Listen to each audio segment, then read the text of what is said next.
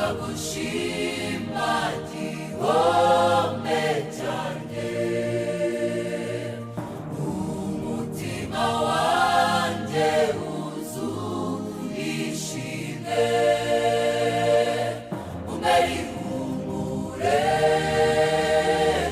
mu gihe nihebye, nacyo nzaba ndi kumwe nawe. Haleluya, haleluya. Nongeye kubasuhuza bene data, nshuti z'umusaraba, duhuriye mu muryango w'abana b'Imana. Uyu munsi muri kumwe na Pastor Dr. Gakwaya Emmanuel, ugiye kubagezaho ijambo ry'Imana.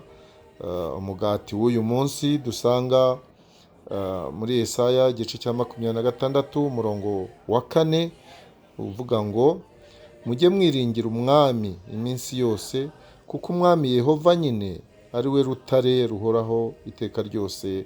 Amen.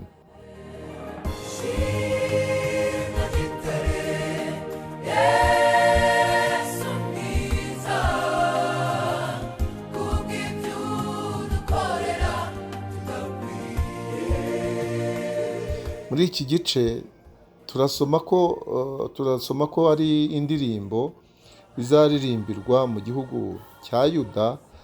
Noneho bakavuga uko bagomba kwitwara, uko umurwa wabo umeze, ko ari umurwa ukomeye, kandi Imana izashyiraho agakiza kakaba inkike n'ibihome.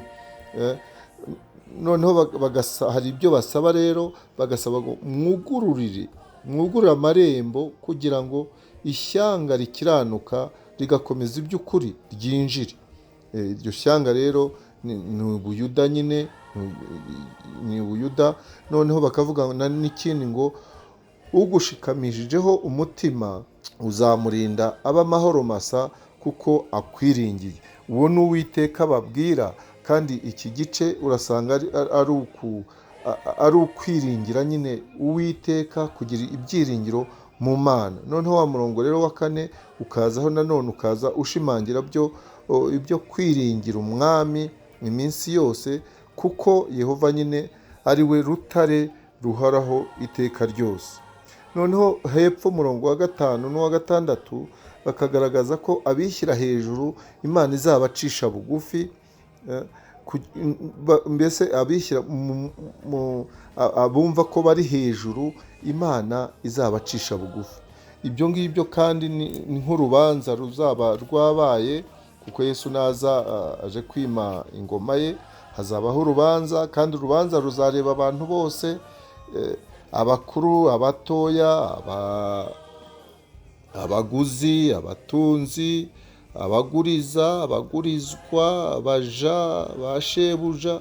Abo ngabo ni ibyago bizaza ku isi, bikaba ari urubanza rero Imana izacira abo bantu bose nta kurobanura.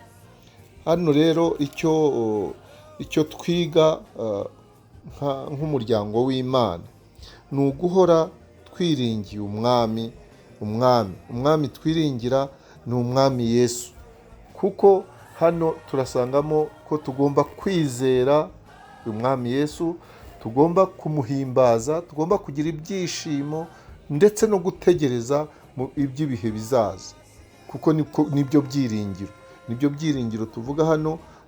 Amahoro y'abiringira Imana, tugomba kugira amahoro, tukamenya ko ibiturushya byose bizagira iherezo, ariko mu gihe dutegereje tukashikamisha umutima wacu ku mwami Imana, kandi tukaba twiringira iminsi yose, ngo kuko umwami Yehova nyine ari we rutare ruhoraho iteka ryose. Hano rero urutare akenshi iyo turebye aho Yesu yabivuze muri Matayo igice cya 16, igihe yabwiraga Petero amubwira ngo uri Petros, bivuze ngo ni ibuye riri ukwaryo, kandi ngo nzubaka itorero kuri Petra rero ndibwira ko aricyo hariya umwami Imana bivuga kuri Petra, yavugaga ko yitwa Kefa. Petra rero risobanura ngo ni urutare rw'urufatiro. uwiteka rero twishingikirizaho ni urutare rw'urufatiro ahubatse itorero rya Kristo, aho natwe abana b'Imana turi muri iryo torero, muri uwo muryango w'Imana, turi muri urwo rutare, kandi dusoma ko turi abami n'abatambyi bo mu muryango w'Imana. Icyo rero hano umurongo dusaba ni ukwiringira uwo mwami, ni ukwiringira umwami Yesu, ibyiringiro byacu tukabishyira mu mwami Yesu kugira ngo mbese dukomeze kugendana nawe iminsi yose, tuzi neza yuko ari we ibyiringiro byacu bishikamyeho.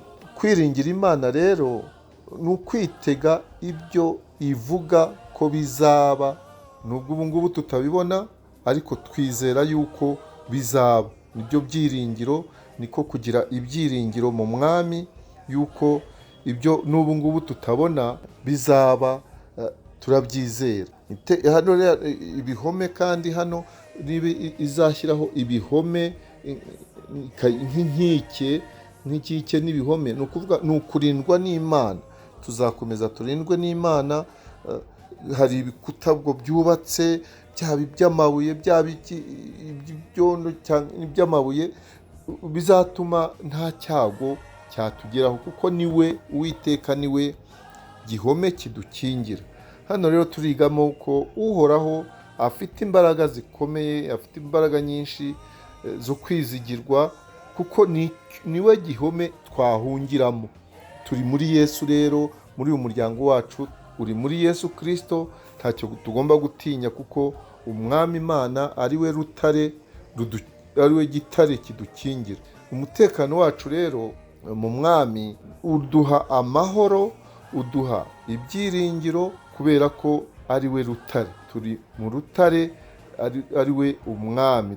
Ahandi dusanga urutare ni igihe Abisirayeli bari mu butayu, urutare rukabaha amazi, rwashushanyaga rero ni Kristo. Muri Kristo ntacyo dushobora kubura muri uru rugendo. Niba ntacyo twabura rero, niyo mpamvu tugomba kwiringira umucunguzi wacu, tugomba kugira amahoro muri we, kugira ngo mbese mu muryango wacu tukajya ibyishimo, kandi tuzi neza yuko igihe nikigera abatumerera nabi, kuko isi ntabwo idukunda, abatugirira nabi, Imana izagera igihe ikabacisha bugufi.